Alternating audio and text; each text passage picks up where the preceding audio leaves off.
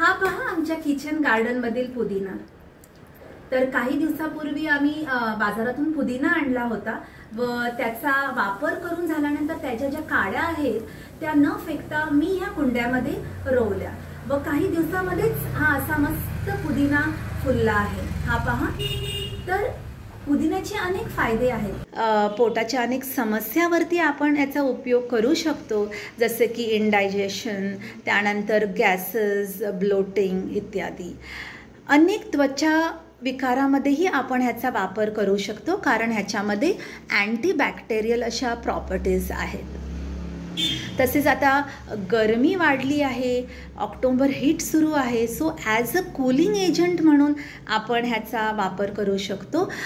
अनेक पेयामध्ये, सलाड्समध्ये आपण ह्या पानांचा वापर करू शकतो। तसेच माउथ फ्रेशनर म्हणून, ॲज अ ब्रेथ फ्रेशनर, मुखाची दुर्गंधी घालवण्यासाठीही आपण ह्याचा वापर करू शकतो। तर याच्यामध्ये पोषक तत्वे भरपूर आहेत, व्हिटॅमिन ए आहे याच्यामध्ये, तसेच अँटीऑक्सिडंट्स भरपूर आहेत।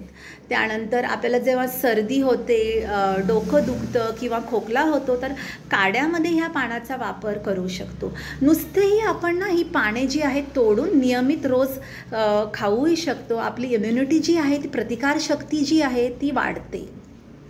तर हा बहुगुणी असा पुदिना, याचा वापर नक्की आपल्या आहारात करावा आणि किचनमध्ये आपण ॲज अ फ्लेवरिंग एजंट म्हणूनही याचा वापर करू शकतो, त्या पदार्थाचा स्वाद वाढवण्यासाठी।